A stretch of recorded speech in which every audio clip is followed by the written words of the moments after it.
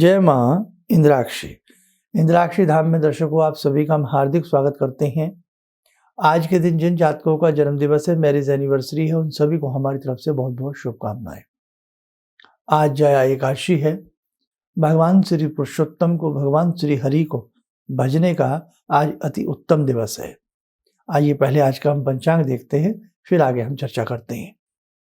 12 फरवरी सन 2022 दिन शनिवार, माघ मास, शुक्ल पक्ष, संवत 2078, तिथि जया एकादशी, नक्षत्र आर्द्रा, राहु काल 9 से 10:30, दिशा शूल पूर्व दिशा। एकादशियों का अपने आप में विशेष महात्म्य होता है। जिस घर में एकादशी व्रत रखा जाता है, जो साधक एकादशी का व्रत रखता है, वैकुंठ की प्राप्ति उसे होती है। देखो, श्रद्धा है तो सारे काम बन जाते हैं, और यदि श्रद्धा नहीं है, अटूट विश्वास अपने प्रभु के प्रति नहीं है, तो फिर कार्य अधर्म में ही लटके रहते हैं। जया एकादशी अनेकों कामों को सिद्ध करने वाली है, मोक्ष प्रदान करने वाली है।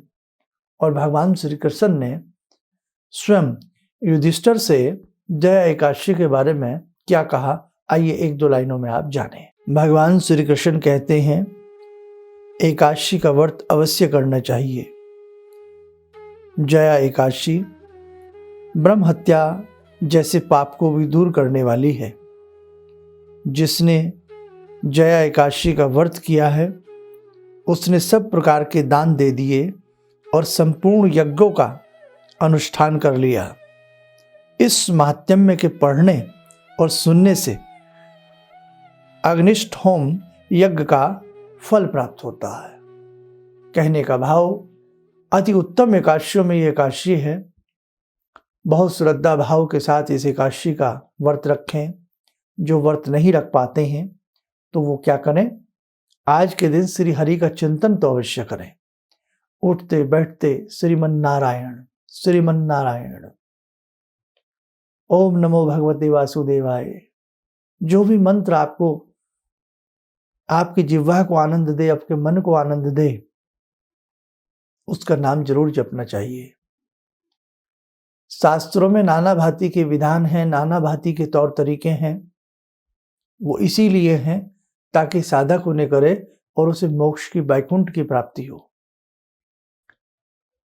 जिसके घर में आज के दिन व्रत है, शुद्धि का वातावरण रखें, हरि का चिंतन करें। संध्या के समय भी हरि का चिंतन धूप दीप प्रज्वलित करके करें। एकादशी महात्म्य की कथा को सुनावें, इससे भी पुण्य की प्राप्ति मिलती है। आज के दिन पक्षियों को दाना डालना, गौ माता की सेवा करना, कमजोर वर्ग के व्यक्तियों का उत्थान करना, उनकी मदद करना, राशन से किसी भी तरह से बहुत अच्छा होता है। भगवान श्री हरि के 108 नाम जपना, सहस्र नामावली जपना भी बहुत पुण्यदायी होता है। गजेंद्र मोक्ष का पाठ करना बहुत अच्छा होता है। श्री हरि श्री हरि श्री हरि का अनवरत तरीके से आपकी जिह्वा जप करती रहे, उससे भी अति उत्तम फल की प्राप्ति होती है। इसलिए मेरे साधकों, बहुत अच्छी एकादशी है, ध्यान रखना। और एक चीज आपको हम और कह दें, कई बार मन में तो होता है कि हम भी एकादशी का व्रत रखें, लेकिन महीने में 2 एकादशी आती है, एक कृष्ण पक्ष की, एक शुक्ल पक्ष की। तो यदि आप दोनों एकादशियां नहीं रख पाते हैं तो कम से कम आप शुक्ल पक्ष की एकादशी अवश्य किया करें। और यदि व्रत शुक्ल पक्ष की एकादशी में भी नहीं हो पाता है तो कुछ न कुछ दान, श्री हरि का चिंतन आप जरूर किया करें। काले से काला पत्थर हो, उसके ऊपर भी यदि दूध को डाल करके रोज रगड़ा जाए तो वहां से वो पत्थर सफेदी ले जाता है। कुएं की मुंडेर से जल खींचते खींचते कुएं की मुंडेर में भी स्थान बन जाता है ना, बन जाता है ना, एक स्थान बन जाता है, रस्सी अपना स्थान ले लेती है। खेत में भी यदि सड़क ना भी बनाई जाए और उस पर किसी रास्ते पर रोज चलें तो पगडंडी बन जाती है। ऐसे ही यदि हम हरि का चिंतन थोड़ा थोड़ा, ज्यादा ज्यादा जितना भी करते रहें तो एक न एक दिन हमें मोक्ष की प्राप्ति हो ही जाती है।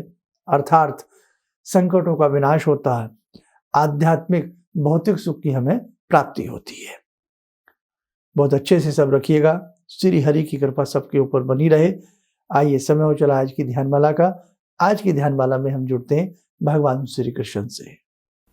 ॐ करारविन्दे न पदारविन्दं मुखारविन्दे विनिवेशयन्तं वटस्य पत्रस्य पुटे शयानं बालामुकुन्दं मनसा स्मरामि बालामुकुन्दं मनसा स्मरामि कस्तूरीतिलकं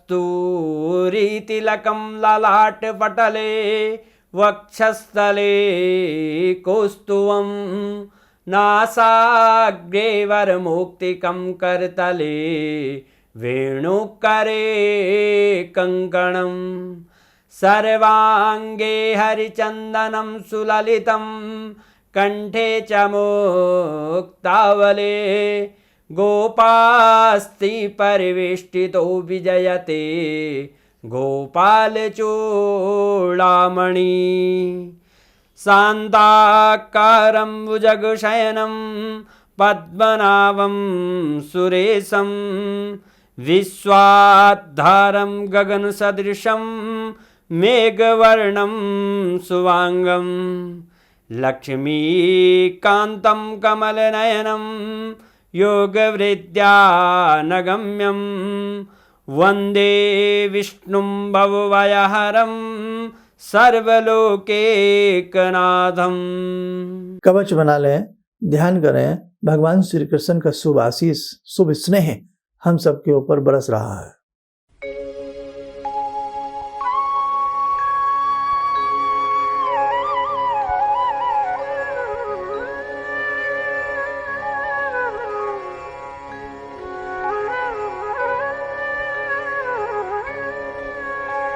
ओम बोलते हुए नेत्र खोलें, सामान्य हो जाएं। देखो मेरे साधकों, भगवान का नाम इस जिह्वा से जितना ले लिया जाए उतना ही कम होता है। वक्त का पता नहीं लगता कब हम काल के पंजों में समा जाते हैं और काल हमें गरल कर जाता है। इसलिए समय रहते हमें जाग जाना चाहिए और भगवान, चाहे आप किसी भी स्वरूप को मानते हैं, उनके स्वरूप में अपने मन को और हृदय को डुबोए रखना चाहिए। अब हम कुछ संस्थान की बात कर लेते हैं। बहुत लोगों की जन्म पत्रिकाएं, रुद्राक्ष, बहुत सारी चीज़ें आई हुई हैं। जैसे रुद्राक्ष प्राण प्रतिष्ठा के हेतु, हालांकि रुद्राक्ष में स्थिति प्राण प्रतिष्ठा की नहीं होती है, वैसे भी पहन ले तो अच्छा फल देता है, लेकिन रुद्र आदि करा दी जाए हफ्ता 2 हफ्ता लगा करके तो बहुत अच्छा लाभ मिलता है। सप्ताह बहुत होता है। 114 मुखी रुद्राक्ष भी हैं, आपकी जन्म पत्रिका है, वैदिक सारी चीज़ें हम अपने हिसाब से धीरे धीरे भेज रहे हैं। और हमने अभी पीछे एक यंत्र का विशेषांक आपको दिया था, तो उसको जानकर के बहुत लोगों की जिज्ञासा हुई कि हम अंबिका यंत्र की प्राप्ति करें।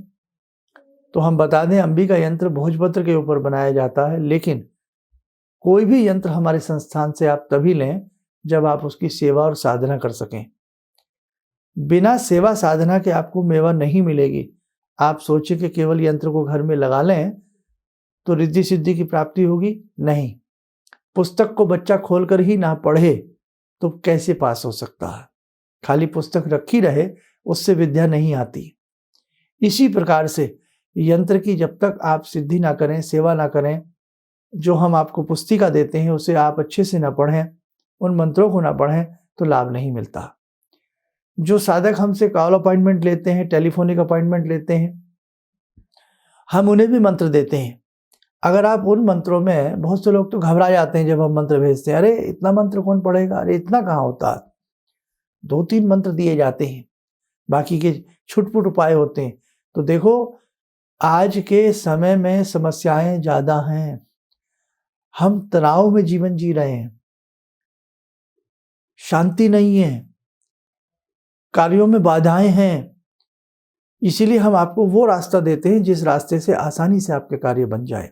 इसलिए मेरे साधकों, आप पैसा खर्च करके हमसे अपॉइंटमेंट लेते हैं तो प्रयास ये करें कि जो उपाय, जो मंत्र आपको दिए गए एक बार उन्हें श्रद्धा से करिए तो सही, ज़्यादा करिए, थोड़ा करिए, लेकिन करिएगा। अब मंत्र साधना से बहुत लाभ मिलते हैं कि एक तो भगवान के नज़दीक हम चले जाते हैं, हमारी आत्मा शुद्ध होने लगती है। इसलिए ध्यान रखना, कभी भी अगर डॉक्टर साहब कोई चीज़ हमें देते हैं, दवाई के लिए भी देते हैं, खाने के लिए, जैसे डॉक्टर साहब कहें उसे उस तरीके से सेवन करेंगे तो औषधि अपना रंग जरूर दिखाएगी। उसी प्रकार से कोई भी एस्ट्रोलॉजर, कोई भी आपको गुरु महाराज कोई मंत्र देते हैं, उपाय देते हैं, उसे आप जरा श्रद्धा से करिए। बीज बोया जाता है, फल आने में समय लगता है, और आज का समय है कि इधर बीज बो दें और उधर फल हमें प्राप्त हो जाए, तो ऐसा नहीं होता। ठीक है, बस अच्छे से सब कुछ करिएगा। ईश्वर आपके साथ हैं, भगवती आपके साथ हैं, आपके कार्य सिद्ध अवश्य होंगे। आप स्वस्थ रहें, सुखी रहें। इन्हीं शुभकामनाओं के साथ हम अपनी वाणी को विराम देते हैं। जय मां इंद्राक्षी। मेरी बहुत दिन से दिली इच्छा थी कि आप जैसे कोई मुझे धर्मात्मा पर महापुरुष मिलें और मैं वहाँ जाके जुड़ के और देश समाज से के लिए कुछ कर पाऊँ। कई चीज़ें हैं समाज में, समाज सेवा में भी मन में वो शांति नहीं मिली, जैसे आप समझ सकते हैं कि बहुत सारी गड़बड़ियाँ भी रहती हैं। आज का अनुभव यही है कि मुझे आस लगता है कहीं सही रास्ता मिल गया है, सही मंजिल मिल गई है। जो मैं करना चाहती थी शायद अब मैं कर पाऊँगी। किसी भी समस्या के समाधान के लिए मिले प्रसिद्ध हस्तरेखा एवं वास्तु विशेषज्ञ प्रोफेसर धर्मेंद्र शर्मा जी से। नोट: शिविर में भाग लेने हेतु एवं व्यक्तिगत रूप से मिलने के लिए कॉल करने का समय सुबह 10 बजे से शाम 6 बजे तक। हमारे विभिन्न ज्ञानवर्धक कार्यक्रम देखने के लिए आप हमें अभी सब्सक्राइब करें, बेल आइकन को प्रेस करें ताकि आप देख सकें हमारा कार्यक्रम सबसे पहले। और अधिक जानकारी के लिए फेसबुक पेज को लाइक करना न भूलें।